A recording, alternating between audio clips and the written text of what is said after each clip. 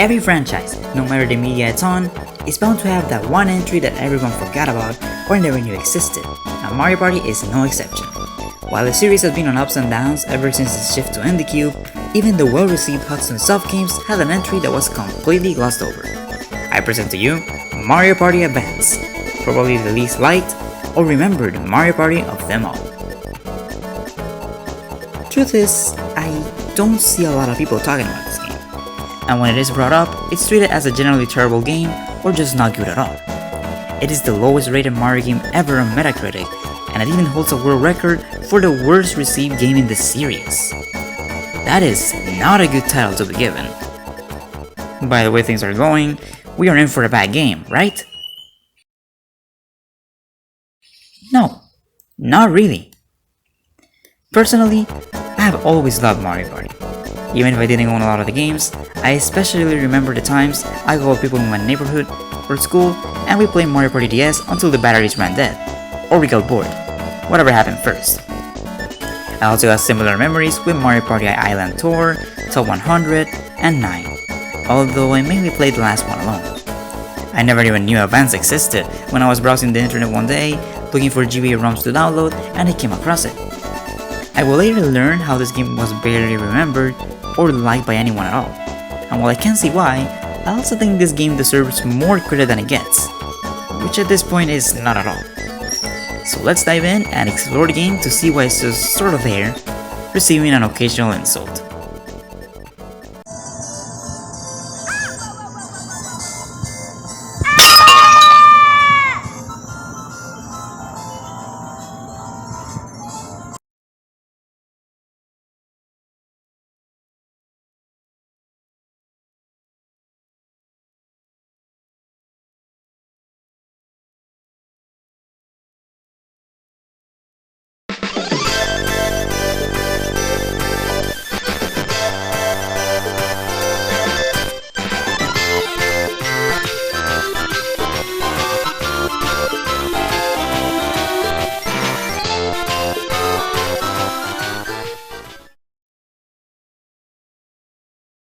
The game begins quite differently from the rest, asking you to make a passport. You're asked all sorts of information, like your name, hobby, some catchphrase, a look for your avatar, and the particular questions of what's your biggest dream and silliest secret. Okay, this is kind of awkward, not going to lie, but it's quirky enough, so hey, I'm cool. While the passport is utilized for multiplayer, I don't think these questions have anything to do with any part of the game, so that's that. Much like the rest of the games, Mario Party Advance presents us with a story to get the game going. You have just arrived to Party World, a magical land where you can enjoy games and hold Bowser. So Bowser temporarily murders Toad, the usual, and scatters all the minigames and gadgets for the sole reason of being Bowser, I guess.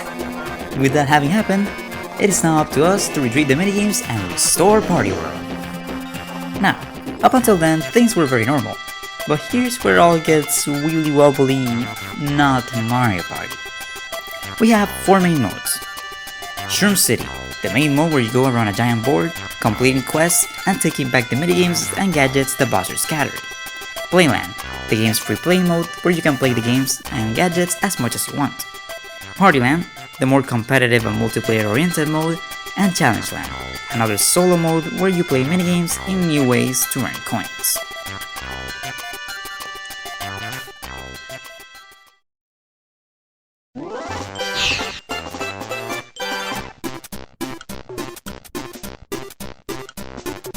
Mario Party for the most part has always had a small bit of solo content, usually to get you on the move of things and unlock other modes and games.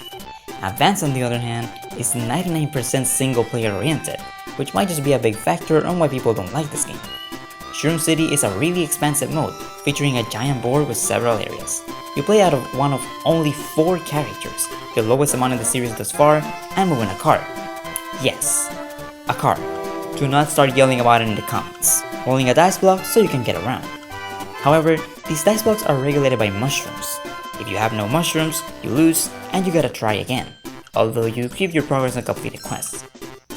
The movement is by far my main gripe with the mode, even if it's the big mechanic of it. Your movement is up to log, and it's really inconvenient with the big amount of spaces that do nothing or take away mushrooms, and this becomes a major issue on quests where you're running long distances. Since you're the only player, you'll instead move around, completing quests for the wide array of characters all throughout the Mario series to earn gadgets. This is one of the parts where the game really shines. The idea of quests is fun, and each situation and its characters has tons and tons of charm. The writing is silly enough for a Mario game, but enough to keep you invested and make you complete a quest to see what happens.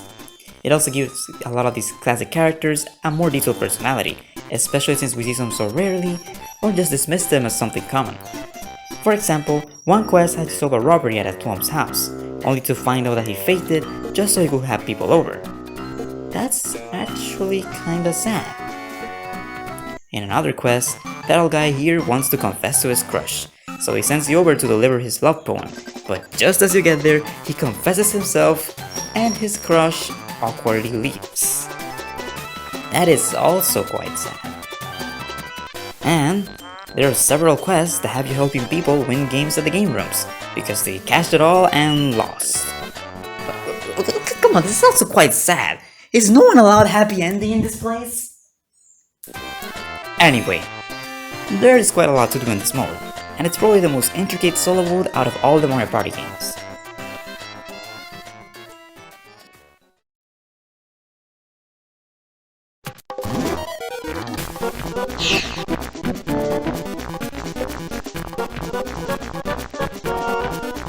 Next up, we have the minigames and gadgets, which are the focus of the remaining modes. We have 15 minigames overall, mostly consisting of reaching a target score or getting to the goal, both under a time limit sometimes. There are several types of minigames, such as the normal ones, the dual ones, which are playable with a second player, Bowser, where you face off against the Koopa Kids, and Gamble, where you gamble coins for a chance to earn more or lose it all. Anyone else wonder what was the deal with Nintendo and gambling back then? The minigame variety is pretty nice, and some of these games really deserve to be remastered for 4 players, like On the Spot, Florid, Koopa Crunch, and Amplify, to just name a few. On the other hand, some of these minigames can be very clunky, whether it is because of the controls or physics, like Forest Jump, Go-Go Pogo, Flipping Out, and Sled Slide. Last of which I've never been able to actually win on Shroom City due to how absurdly long it is. The dual minigames are also pretty entertaining, with Chainsaw and Hammergeddon being my favorites, and the Bowser minigames are neat too. As for the Gamble minigames, they exist, and that's all I can really say about them. We also have 61 gadgets here, which are little toys and gizmos created by Professor Egan.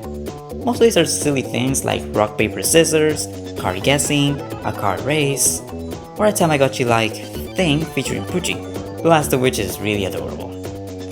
These don't have a set goal like minigames and are mostly there as fun distractions to pop in every once in a while. Some of these even support multiplayer, with players either using the console at once or taking turns.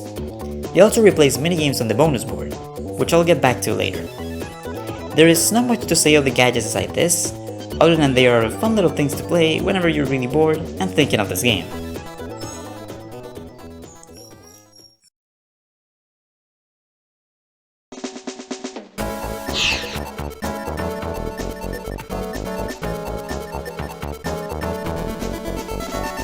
Starting with the other modes, free play is just what you'd expect. All the unlocked minigames and gadgets are freely available. One cool thing, however, is that the minigames in free play may have changed conditions or be longer, and all focus on setting records, which can make them insanely replayable if you want to get better at them.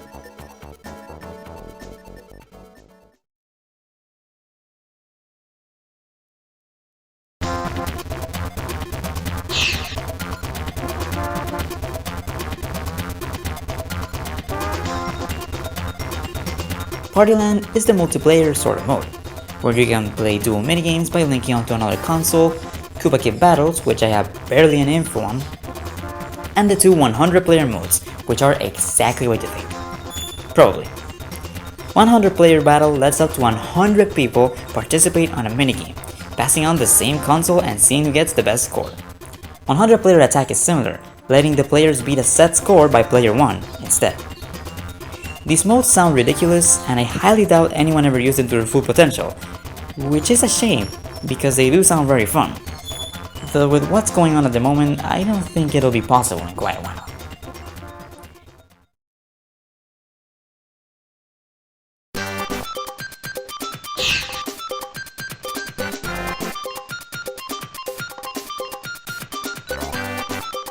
Challenge Land contains the last of the minigame modes, which are once again single player and focus on earning coins for gadgets. The one that really is worth talking about here is Minigame Attack. Here you have to complete up to 15 minigames without losing, for a chance to win coins big time, with every victory netting you more coins.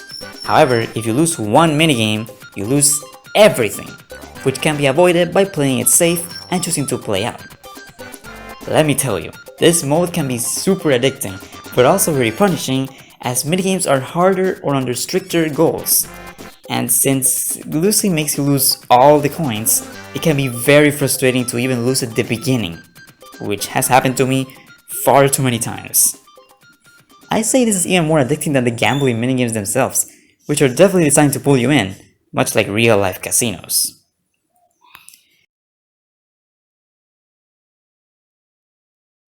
There is one last thing to mention, and that is the bonus board, where you play a more traditional game of Mario Party, but with a real life board, and you use the game to roll the dice and play the gadgets, which act like the minigames in normal board play. I haven't tried this at all since I don't have the board, or friends to come over, so all I can really say is that it looks cool. However, I think it might be possible to make your own version of the board and play it, since the game only gives you the features without really referencing the board, so that's a cool idea too.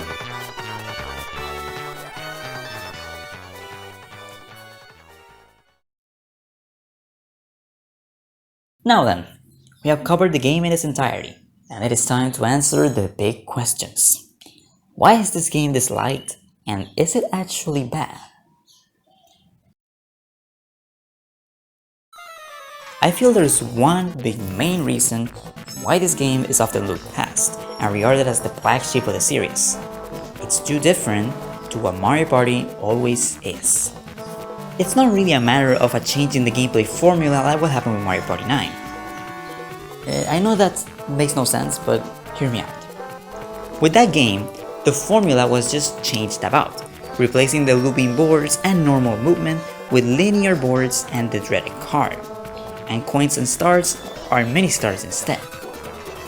Not to mention a slew of other changes. The goal in Mario Party 9 and onward is still to have a party with friends and see who wins. Advance, on the other hand, goes for an entirely different take on Mario Party as a whole, changing it so much you barely recognize it. Yes, the core board play, dice blocks and minigames are here, but everything else is completely different. And that's probably what drives most people away. Instead of winning and becoming the superstar, your goal here is to complete quests. The character roster is also extremely small, which may put off some people. Couple all of that with the fact that it's mostly a single player experience, which goes against everything that Mario Party is, and you got a recipe for disaster. The minigames are largely single player oriented, and the gadgets are stuff that the majority of people may not find as engaging. While there is multiplayer stuff, it is either inconvenient or too unorthodox. People were expecting an experience more akin to the console Mario Parties they've come to know and love across the years, but instead we got something wildly different. But does that mean that the game is genuinely bad? Not at all. The game looks and sounds great. Shroom City is a fun and charming campaign. Most minigames and gadgets are entertaining and skill-based, not to mention they can be played over and over with the multiple modes. And some of the extra modes are ideas Mario Party has yet to revisit, as strange as they are. I'd argue that this Mario Party, despite the one-player focus, has done much more than newer entries such as Island Tour and Top 100. In the end, it really depends on how you mainly view Mario Party. If you see it as a party game to strictly pop in whenever your friends are around, you are not going to get anything out of this game. If you enjoy the series alone just as much as you do with friends, or if you don't have a lot of friends to play with, this game is worth a shot. If you're just looking for a new Mario game to play at all, with that charm that games like Mario and Luigi bring, this can do just nicely. Even more so, if you need a quick minigame collection to play by yourself every so often, this also works. Unlike the rest of the games, there is as much enjoyment to be had alone in this game. Would I recommend it against other portable entries? Sort of. It certainly doesn't beat DS, but it comes very close. I'm not saying that you have to like this game, but rather, at least give it a chance, and don't look past it just because it's not the usual status quo.